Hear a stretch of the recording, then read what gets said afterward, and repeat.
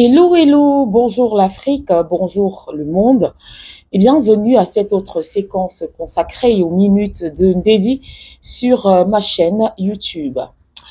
Alors aujourd'hui, je voudrais m'adresser à mes frères de la République démocratique du Congo.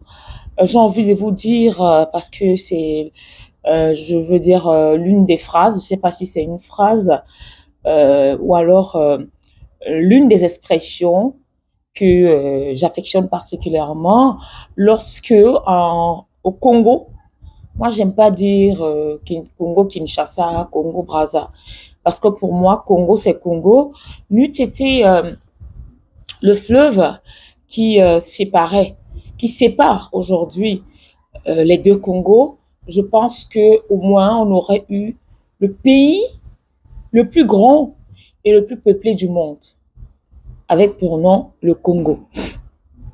Malheureusement, ce n'est pas le cas. Nous avons deux Congos et c'est toujours la fierté du continent africain. Alors, ces expressions, je sais, il y a Mbotenayo, il y a Matondi, il y a Makasi, voilà, pour ce que je sais. C'est pour vous démontrer à quel point je suis certes camerounaise, je suis certes malienne, je suis nigérienne, je suis ghanéenne, je suis ivoirienne, je suis sénégalaise, je suis africaine. Et c'est ce qui compte le plus pour moi.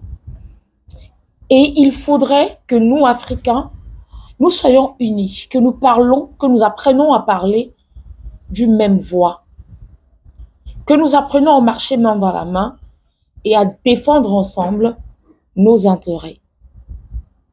Parce que plus nous sommes divisés, plus les colons, par le biais de leurs endocolons, encore présents parmi nous, nous qui menons la lutte pour une liberté totale du continent africain, pour se débarrasser totalement, même à la dernière fourmi, qui viendrait bien sûr de ces colons-là.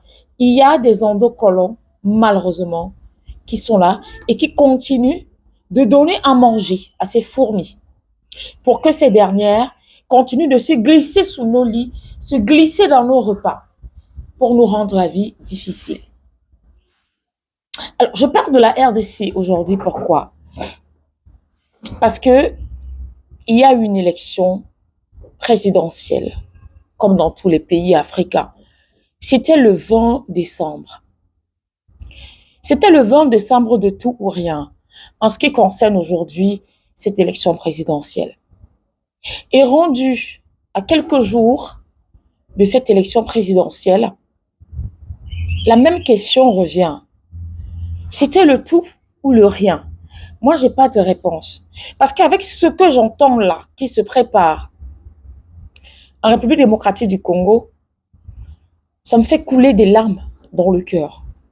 Parce que je pense que rendu à 2023, demain c'est 2024, avec tout ce que nous sommes en train de faire, nous les panafricanistes, en train justement de relever à la lumière du jour tous les plans de déstabilisation mis en place par les colons, via effectivement leurs endocolons encore présents sur nos terres. Je n'arrive pas à comprendre comment nos leaders politiques parviennent encore à tomber dans ces genres de pièges. Mais ce qui me fait davantage mal, c'est que nos politiques, ces hommes politiques, c'est pas eux qui souffrent, c'est pas eux qui payent, mais ce sont des fanatiques, ce sont des jeunes qui pensent que oui, s'il y a un changement de tête au sommet de l'État, nos vies vont changer. Je ne mets pas en doute les promesses des différents candidats, mais il n'y a qu'à voir l'histoire qui parle d'elle-même. L'histoire parle d'elle-même. Alors, vous avez voté Félix-Antoine Tshilombo Tshisekedi à la dernière élection. Il vous a fait des promesses fallacieuses. Même si, jusqu'à ce jour, Martin Fayulu accuse Félix Tshisekedi d'avoir volé sa victoire.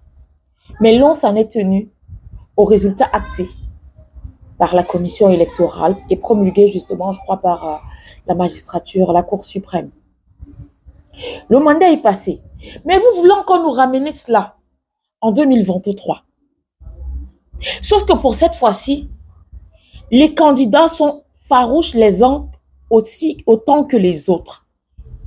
Et croyez-moi, ce qui se prépare, déjà au niveau de l'opposition, il y a des divisions. au niveau de l'opposition. Je rappelle qu'il y en avait 18 au départ. Tshisekedi est seul. Mais le reste là, il y a des clans. C'est-à-dire qu'il n'y a même pas une unité de l'opposition. Ça veut dire que si jamais, chose que je ne souhaite pas, si jamais la situation devait se dégrader, vous imaginez le scénario auquel nous serons obligés de faire face. En tout cas, moi, je ne veux pas de cela. Mais il y a autre chose qui me chagrine et pour laquelle je pleure de l'intérieur. Ce sont ces pauvres innocents de la République démocratique du Congo, plus précisément à l'est de ce magnifique grand pays du continent africain, qui tous les jours, le réveil là-bas, ce sont les détonateurs, ce sont des bombes, ce sont des tirs, ce sont des cris, ce sont des lamentations, ce sont des pleurs, ce sont des corps qui gisent sur le sol. Pendant que, dans les grandes métropoles, ça bavarde pour une pseudo-élection présidentielle. Et pourtant, chaque candidat a fait la promesse d'en finir avec ce qui se passe là-bas. Mais visiblement, à 4 jours seulement après l'élection, personne ne pense à ceux qui sont à l'est de la République démocratique du Congo. Chacun réclame sa victoire. C'est pourquoi je le dis encore. C'était en 20 décembre une élection présidentielle du tout ou rien. Vous allez aux élections pourquoi? Pour vous remplir les poches, pour assurer la mission des endocolons. Vous travaillez pour qui en fait? Si vos frères de l'Est de la République démocratique du Congo, si vos frères de l'Est de la République démocratique du Congo ne parviennent pas à trouver le sommeil qu'il faut, ne mangent pas à leur faim, ne parviennent pas à boire de l'eau potable, alors que dans cette partie de la République démocratique du Congo, ça ne se dit plus, puisque c'est connu de tous. De ce côté-là, il se trouve justement une mine. C'est la mine de roche dure de Goulamina, qui est considérée jusqu'ici comme l'un des actifs, on va le dire, de lithium de la plus haute qualité au monde. Je dis bien de la plus haute qualité au monde. Alors, au lieu de protéger cette ressource qui fait de la République démocratique du Congo une pierre précieuse que l'on ne retrouve que là-bas, vous êtes là, vous voulez marcher, vous voulez vous entretuer pour des résultats donnés par des hommes, ma foi, que moi je caractériserais dans deux colons. Alors, je vous interpelle aujourd'hui, chères autorités congolaises, chers hommes politiques congolaises. Merci de revoir un peu et merci de revoir un peu vos politiques et penser un tant soit peu à vos frères de l'Est de la République démocratique du Congo. Salam.